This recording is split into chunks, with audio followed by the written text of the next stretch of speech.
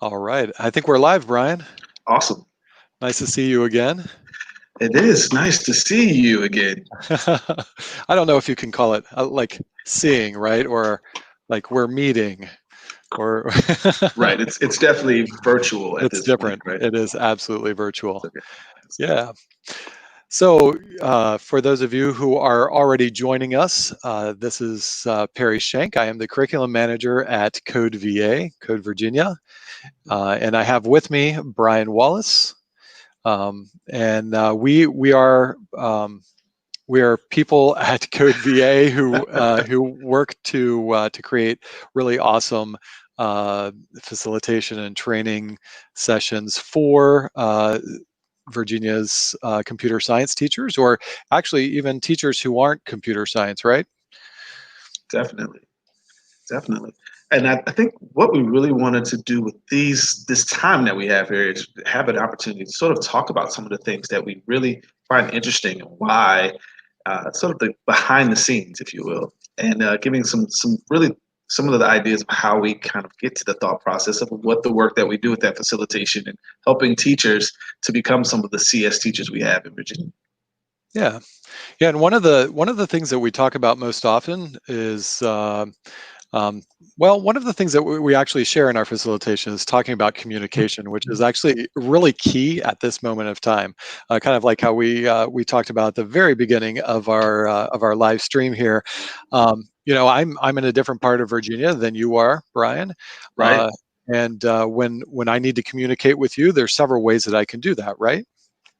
So great point. I mean, we are definitely not close by any means in terms of physical distance. And so it's always one of those things where even now, and as most people have, we've had to try to figure out different ways to communicate during this time than we normally would have. So it's interesting to see it. I wonder what are some of those ways that we've sort of figured out how to continuously sort of think about this idea of communicating over this distance. What does that even look like, right? Yeah, yeah, Exactly.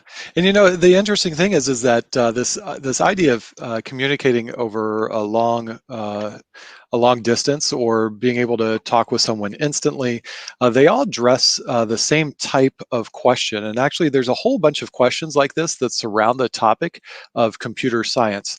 And so, one of the things that we've been talking about in our training, in our trainings, is the idea of universal human questions. So communication, the idea of communication is one of those things. And so some of the things might be like, how do people communicate over long distances, right? Yeah. Yeah. I'm wondering, so that even makes me think because when we talk about this idea of universal human questions, I mean, that really just makes me think about the idea of this universal, meaning that these are questions that have been around forever, right? So if I think about it like that, it makes me wonder how were people or how were humans actually handling these or coming up with solutions for these problems, you know, from centuries ago, or civilizations ago, and sort of thinking about that. And even the one you just asked, how do people communicate over long distances? And Right. that sort of, the first thing that thinks in my mind, I'm like mail, but that's or snail mail as it's called now. But Right. the Right. idea of sort of and to think that at one point that actually didn't exist, right? Right. And that there's many iterations, right? Many Right. steps along the way. So we also had the Pony Express, right? Yes. Yes. And other like even slower, maybe we call that slug mail, right? Slug. Slower than slower than Trademark. snail. We'll trademark that. Slug mail. Yeah. So, and we can think about ways that that humans have created technologies to help us with that. I think about like long time ago, right? How Mhm. maybe somebody used a part of like a animal's horn or something like that to communicate something, because maybe their voice doesn't carry, but a really sharp, piercing sound would be able to travel a little bit further. And so, thinking about how people could use that technology to communicate to another mountain ridge or something like that is pretty much what we're talking about with this universal human questions. Yeah, that's a great point. That Yeah. also made me think of sort of the pigeon message system of Right. actually sending messenger pigeons across the world. of utilizing what you have or have access to try to solve those problems as Right, well. right, right. You know, we should do something on our Facebook page where we put up how many different forms of communication can you populate, and just start a thread and see if some of our viewers have some ideas of ways that people have communicated across time and geographic locations. I think it would be really enlightening and fun to hear from our listeners and watchers about that. So, what are some other like universal human questions that you know about, Brian? Hmm. Well, so there's a couple of them that sort of pop in my mind, and another one that really sort of makes me think about the idea of it's the idea of sort of collecting information. How do we collect information and sort of preserve it over time? What does that look like? How do we do that? Yeah, that's interesting. And thinking of like archives and museums and like these catalogs of newspapers from over 100 years ago, and Right. creating these repositories of artifacts, right? Hmm. If we dig back in history, but also thinking about how we actually create a whole lot of data in these days, especially in our technological age, where we're on computing devices, using apps, and doing things like this. Like we're creating data right now, right? So, but Perry, like one of the things I've always wondered, it comes up all the time, especially when we're working with teachers and even students sometimes in the classroom. We use this word, it's sometimes really interesting. You just used it right there. So, this idea of data, right? What Right. is with that data piece? And then we talked about collecting information, but so those are always interesting words that come up, that vocabulary piece. So, that's also something that I'm really interested about. Like, how does that work? Yeah, that's interesting. So, just thinking of so data can be thought of kind of in this abstract way, right? Or it can be thought of as something that's actually like individual bits of information as it flows in and out of a computer, or it's processed in a computer. But we can also think of data as kind of from a research perspective, as far as like what kind of raw data do we get from this? And for the people that I know that are in businesses where they've created apps or other things like that, they talk about the data that they get from like these bucket users, like these bucket groups of people, right? So they test something out and they see like what kind of data do we pull from this? So it might be like the time of day that the person uses the app, or how long do they stay on the main page before selecting to go a little bit deeper into the app, or something like that. And all of that is data. It's numbers, right? Nice. Uh, So so then, go ahead. yeah. Oh, I'm sorry. Yeah, Go ahead. I was just thinking, isn't there like there's like this pyramid kind of structure thinking about data. I see we have information on there too, and thinking about how data becomes information and like what happens to that information later, right? Do you remember it's like a DIKW pyramid, I think is what it's called. I think you're right. I think part of that and you did a great job of sort of explaining that data piece of it. And really, I think the distinction there is really helpful with that pyramid structure, sort of thinking as data sort of being the raw material, if you make sense. And sort of as you go through the pyramid, you sort of come out with a more and more refined product, if you will. So starting with that raw material of data, you sort of plow through or you distill it in some form or fashion, and then that becomes information then you can then use. Information being Right. things that you can kind of pull or glean ideas from and things of that nature. And then from there is sort of with information you can now build a set of knowledge or a knowledge base in that way. And then once that knowledge base is something you can then use or apply or be willing to sort of be comfortable with in that way, you then have some started to build out the wisdom piece of that. So I think that's a really uh, thoughtful way of just sort of think about how do we get from data to information, and that there is an actual distinction, although we don't necessarily use it a lot of times in everyday life. When we actually are talking about the idea of data and information, there is a distinction.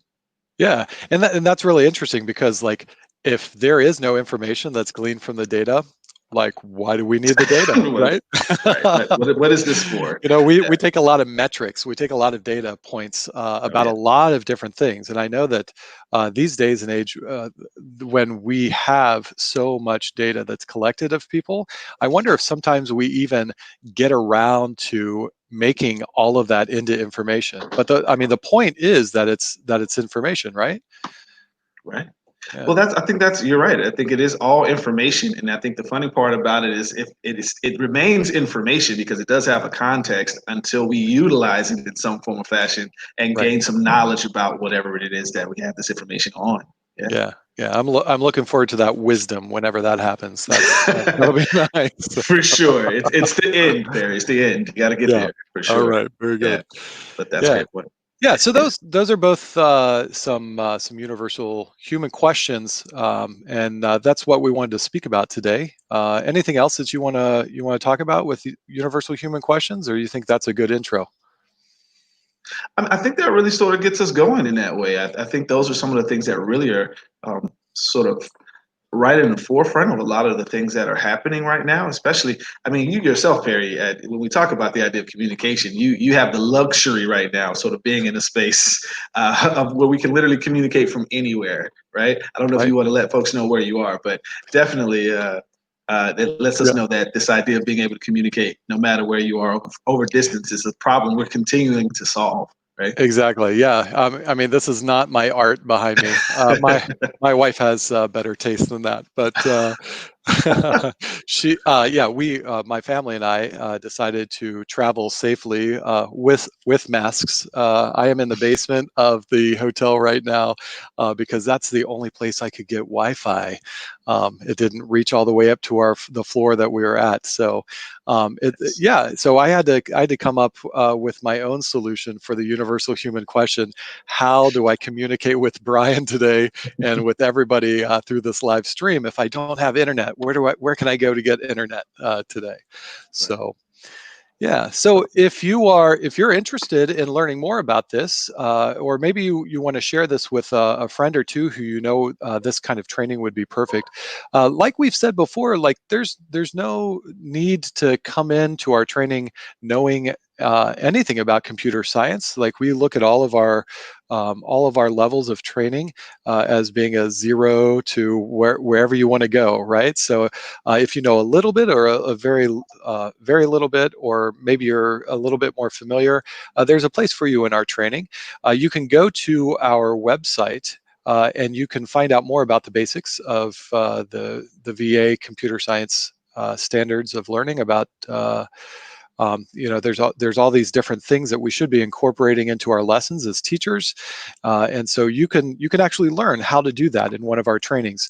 Go to the website, go to our professional development tab, and there you'll be able to see the multitude of classes that we have to offer for you for this summer.